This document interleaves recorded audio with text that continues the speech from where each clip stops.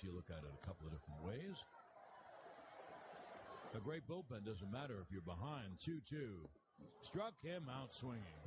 So Bird strikes out. Bird is now 8 for 32. Good evening. What do you have tonight, sir? 3 homers, 5 RBI. Second strike. Bourbon, straight up. 4 McCullers, and that will bring out Castro. So where are you from? This town's small, and I pride on the fact that I know everyone who lives here, and I don't recognize you. Well, so far, Lance McCullers looks awful. You must be from out of town. 2 outs in the second inning. He's only thrown 20 pitches. Well, I'm coming in from Philadelphia, but I used to live here a handful of years ago. Oh, fantastic. Always happy to serve a local. Name's Murdoch. Virginia. Nice to meet you, Murdoch. Likewise. So, Murdoch, what brings you back into town? I've come here to kill my ex-wife. Well, show me the way to the next whiskey bar. Oh, don't ask why. Oh, don't ask why. Show me the way to the next whiskey bar. Oh, don't ask why. Oh, don't ask why. For if we don't find the next whiskey bar, I tell you we must die. I tell you we must die. I tell you, I tell you, I tell you we must die. And the right-hander deals. You're trying to tell me you're going to kill someone tonight? Precisely, not just someone, the woman who ruined my life. Nah, I don't believe you. You're not just going to go out and murder your wife. You're just making up stories to mess with me. Ex-wife. Tell me, Virginia, are you single? No. Good for you. So where's your man tonight? Why do you assume it's a man? We are coming to you live from the Sunoco Park. Oh, my apologies. Allow me to restate in a more politically correct manner. Where's your significant other tonight? He's home watching the game. Fantastic. And how long you two been together? A little over 4 months now. The thrill of romance when you begin. You're a lucky girl. You probably have another 2 months before it all goes downhill. Well, that's okay, because if it starts to go downhill, I'll just murder him. Well, that's the spirit. What's his name, if you don't mind me asking? Brad. Brad. And what does this Brad do for a job? Brad's between jobs right now. He used to work down at the local factory, but they had to lay some people off, so he said it's just a rough patch, though, and he's going to find a job real soon. Unemployed. So that makes you the breadwinner out of the two, doesn't it? I suppose it does, for now at least. So while you're out here earning a hard-earned dollar, Brad is home watching the game instead of out looking for a job of his own. Trying to turn away from it.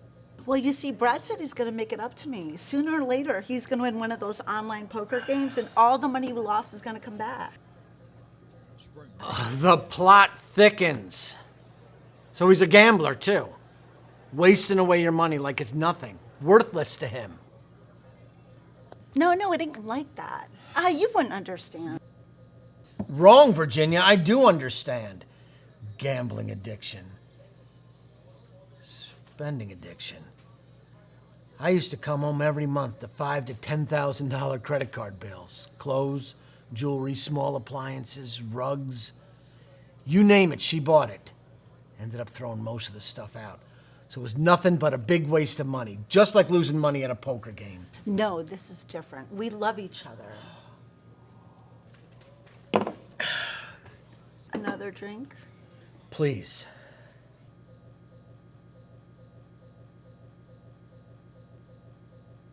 So how do you plan to do it then? Well, I've thought about it for years now. I've created the most foolproof revenge ever. I've thought of anything and everything you could possibly think of that would thwart my plan. Do tell. First, I'll come to a bar and have a few drinks and loosen up a bit.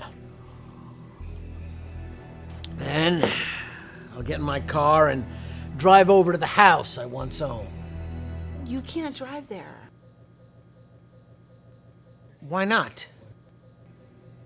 Someone could see you pull up to the house. Next thing you know, you have a witness describing what car you was driving. An ex-husband's got to be at the top of the suspect list. You'd be putting yourself in jail if you drive there.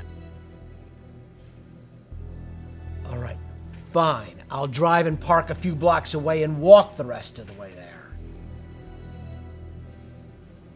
Good, sounds better. Continue. As I was saying, she never changed the lock, so I still have a key to the front door. Obviously, I'll be wearing gloves so I don't get my fingerprints all over everything. Then I'll sneak into my old dining room. See, my old house had this shitty little chandelier hanging from the ceiling. So I'll stand on the table and take it down. You're gonna take down a whole goddamn chandelier in the middle of the night without her hearing? You gotta be kidding me. Then, with the rope I have in my trunk, I'll tie a noose and stably secure it to the ceiling. So you're trying to make it look like a suicide? That's the plan. If she was gonna kill herself, why would she go through the effort of taking the goddamn chandelier? Why not just tie herself up in the closet? She was a very attention-seeking woman, Virginia. She wouldn't just hang herself without making a big deal about it. Trust me, I've lived with her for years. And why does she want to kill herself? She doesn't. I'm killing her to make it look like suicide. Yeah, I got that part. I'm just saying when the cops show up and they see her all strung up, they're gonna wonder why she killed herself. Well, she can't deal with the fact that she lost me and now is struggling to live life without financial and emotional support from me. Sounds cheesy. You could do better. Like what? Like, how about this? After y'all split, she got a job and a man like most women do after a breakup. Ironically, her new boyfriend begins to act like she used to when y'all were married. Eventually, like you experienced, she got tired of working all the time while like her boyfriend doesn't do shit except sit on the couch and watch TV. Work pressure and romantic depression got the best of her, and the only way out was to commit suicide. Not bad, huh?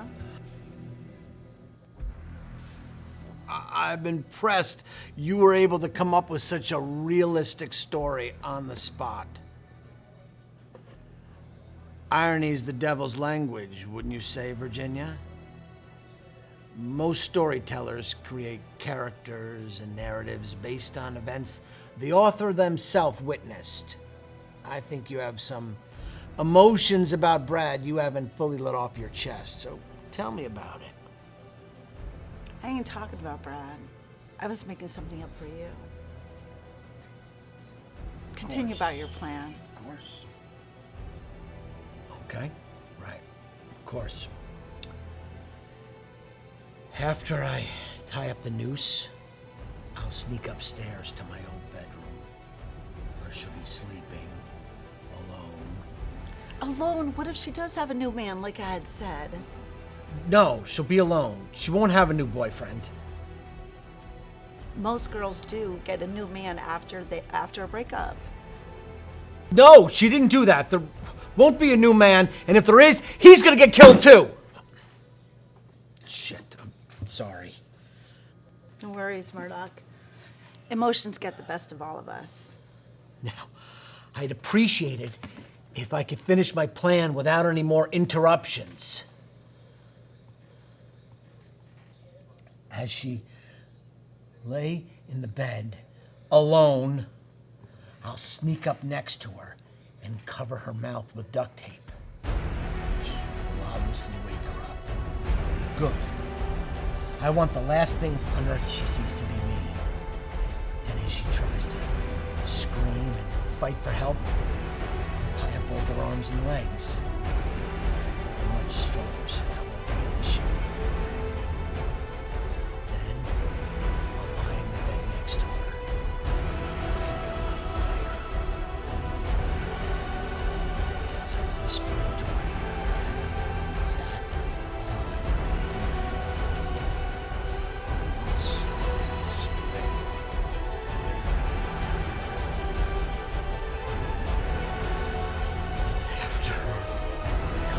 conversation.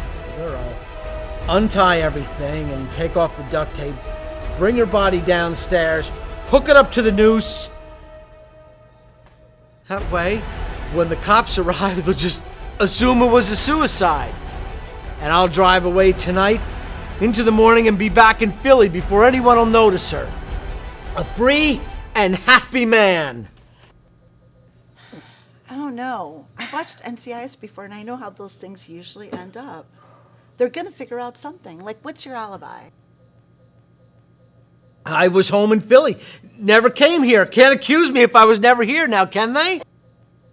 Except for that license plate recognition stuff and easy pass tracking, and I could turn you in. Say you was here, and you told me everything about how you wanted to kill her. Oh, Virginia. We've developed such a good friendship. You wouldn't just turn me in like that. Yeah, says who? Me, Virginia. You know what? What's that? I've forgotten a very important step to my plan. Do tell. Well, to be honest, the art of murder isn't exactly easy to practice, and so I figured I'd come to a bar like this, have a few drinks, loosen up, and get to practicing, if you know what I mean. I can't say I do, Melo. All right, then I'll dumb it down for you. You're not gonna turn me in, because in about 5 minutes, you'll be lying on the ground behind the bar, dead. No, you ain't gonna kill me. Oh, yes, I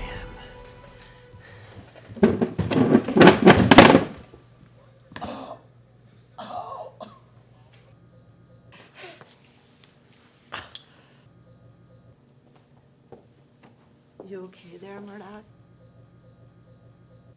Yeah, fine. I just gotta get to my car, get my wire. If I could strangle you to death and finally go to my house and kill my wife. Murdoch, I think it's my turn now to ask you some questions. Do you know what GHB is, Murdoch?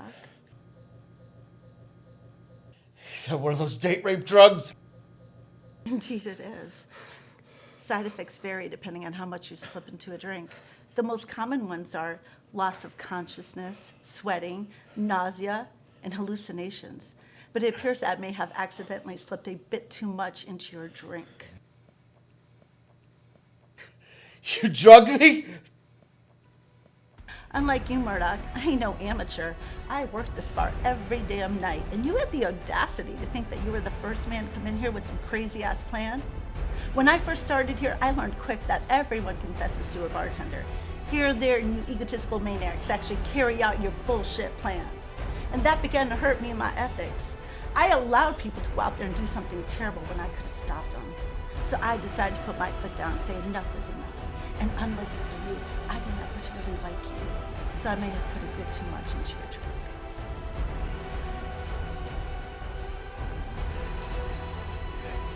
No better than me. We're both just a couple of people with unloving partners. In fact, you're worse than I am. I never killed anyone before you. Here you are.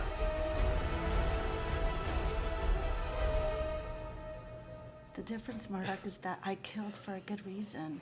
I saved an innocent lady's life tonight. You won't be saying that in a few months. Mark my words. Better be careful, Brad. Iron is the devil's language when you say so, Murdoch. Children, have you ever met the bogeyman before? No, of course you haven't, for you're much too good, I'm sure. Don't you be afraid of him if he should visit you. He's a great big coward, so I'll tell you what to do. Hush, hush, hush, here comes the bogeyman. Don't let him come too close to you, he'll catch you if he can. Just pretend that you're a crocodile, and you will find that bogeyman will run away a mile. Say and stick him with a pin. Bogeyman will very nearly jump out of his skin. Say buzz, buzz, just like the wasp that stings. Bogeyman will think you are an elephant with wings. Hush, hush, hush, here comes the bogeyman. Tell him you've got soldiers in your bed, for he will never guess that they are only made of lead.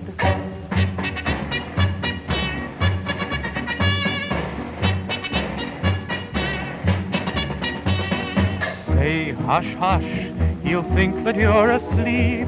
If you make a lovely snore, away he'll softly creep. Sing this tune, you children one and all. Bogeyman will run away, he'll think it's Henry Hall.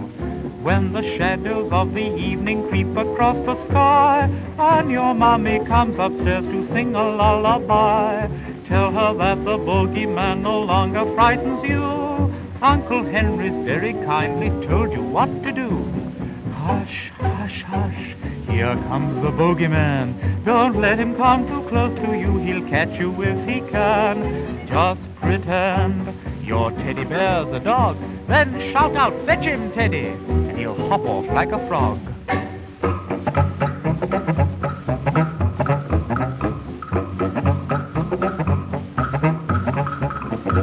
Say meow, pretend that you're a cat.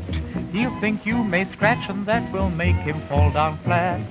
Just pretend he isn't really there. You will find that bogeyman will finish in thin air.